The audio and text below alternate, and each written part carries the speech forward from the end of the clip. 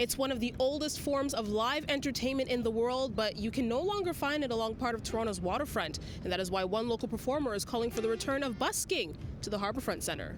We want to be back down here busking, and it's great for everyone. These are real metal.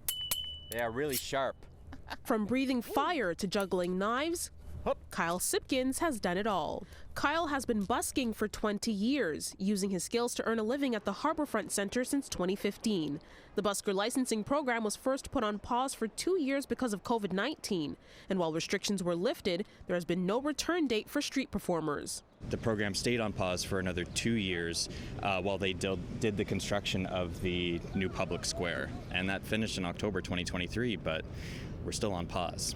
So Kyle created a petition calling for the program to be reinstated at the centre. And we keep getting so much support.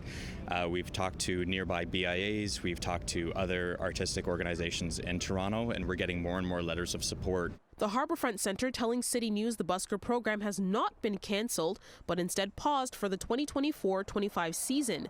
Adding, this strategy is intended to enhance our visitors' experience and address noise concerns from our waterfront neighbours. The goal is to ensure that any activation positively contributes to the overall experience at Harbourfront Centre.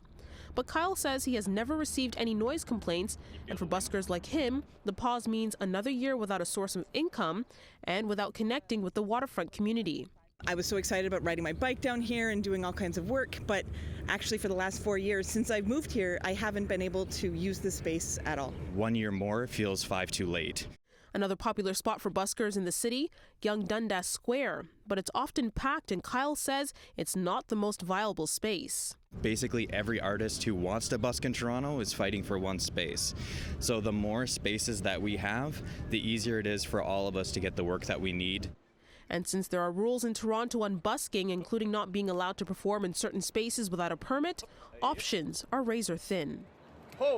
What I would like is if they gave us a letter between the busker community and their campus security to say that they won't impede any busking activities down here. Now, some of the buskers, including Kyle, are hoping for some form of collaboration with the centre in order for busking to return here. The centre also reaching out to us, telling us that they are hopeful that the 2026-27 season, the budget for that time, hopefully they'll have the necessary resources in order for this program to return. In Toronto, Afua Baah, City News.